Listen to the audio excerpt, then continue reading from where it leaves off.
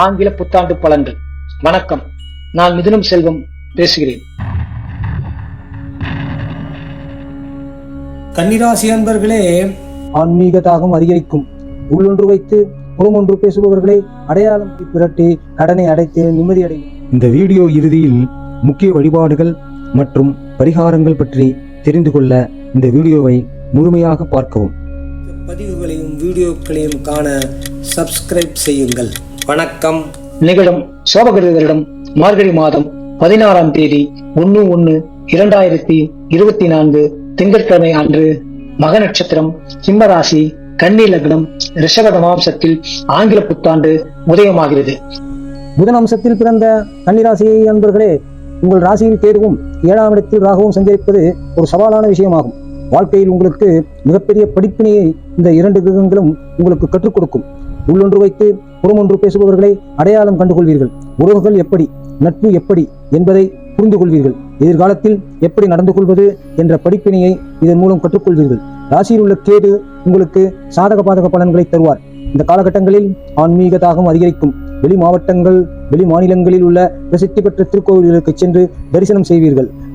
குலதெய்வ கோயில் திருப்பணிகளில் பங்கேற்கும் பாக்கியம் கிட்டும். ஒரு சிலருக்கு கோயில் நிர்வாக கமிட்டிகளில் இடம்பெறும் பாக்கியம் உண்டு. உங்கள் விருப்பப்படி, நினைத்தபடி விஷயங்கள் நடைபெறாத போது விரக்தி, சோர்வு, படபடப்பு, எரிச்சல் போன்றவை தலை தூக்கும். சில நேரங்களில் இல்லாததை கற்பனை செய்து கொண்டு நீங்களே புலம்பிக் கொண்டிருப்பீர்கள் அல்லது எதற்கெடுத்தாலும் உணர்ச்சி வசப்படுவீர்கள். ஆகையால் எதிலும் நிதானம், கவனம் தேவை.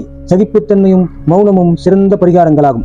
ராகு சப்தமஸ்தானத்தில் இருப்பதால் கணவன், மனைவி இருவரில் ஒருவருக்கு உடல்நல பாதிப்புகள் வர வாய்ப்புள்ளது. வீட்டில் வயதானவர்கள் இருந்தால் அவர்கள் மூலம் மருத்துவ செலவுகள் ஏற்படும். பொருட்கள் வாங்கலில் நிதானம், கவனம் தேவை. இல்லை என்றால் வீணான பிரச்சனைகளை சந்திக்க வேண்டியிருக்கும். இந்த காலகட்டத்தில் நண்பர்களுடன் அதிக நெருக்கத்தை தவிர்ப்பது நல்லது.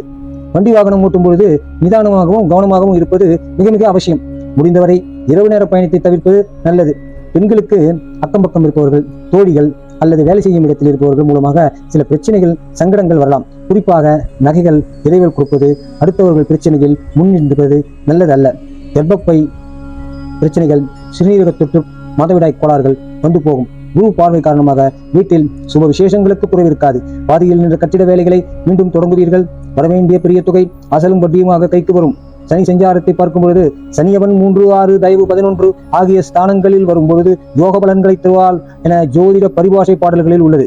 அதன்படி உங்களுக்கு தசாபுக்தி சாதகமாக இருந்தால் பிற்காலத்தில் பயன் தரும் வகையில் சிறப்பான அஸ்திவாரத்தை அமைத்து தருவார். மகள், மாப்பிள்ளை இடையே இருந்து வந்த பிரச்சனைகள், மறைமுக நேர்முக எதிர்ப்பு எல்லாம் நீங்கும். மகிழ்ச்சியும் மன நிறைவும் குதூகலமும் உண்டாகும். கடன் பிரச்சனை தீர்வதற்கு நல்ல வழி பிறக்கும். ஏதேனும் ஒரு வகையில் உருட்டி பிரட்டி கடனை அடைத்து நிம்மதி அடைவீர்கள். அடிக்கடி செலவு வைத்துக் கொண்டிருந்த வண்டியை மாற்றி புது வண்டி வாங்குவீர்கள். காசி, கயா, பத்ரிநாத் போன்ற வடமாநில புண்ணிய ஸ்தலங்களுக்கு செல்லும் வாய்ப்பு தானாக கூடி வரும். வியாபாரம், தொழிலில் நல்ல மாற்றங்கள் வரும். புதிய தொழில் தொடங்கும் யோகமும் உண்டு.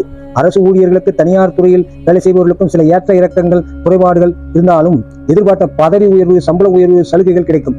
பரிகாரம்: இந்த வருடத்தில் நேரம் கிடைக்கும் பொழுது திண்டுக்கல் அருகே தாடிக்கொம்பு சௌந்தரராஜ பெருமாளை தரிசிக்கலாம்.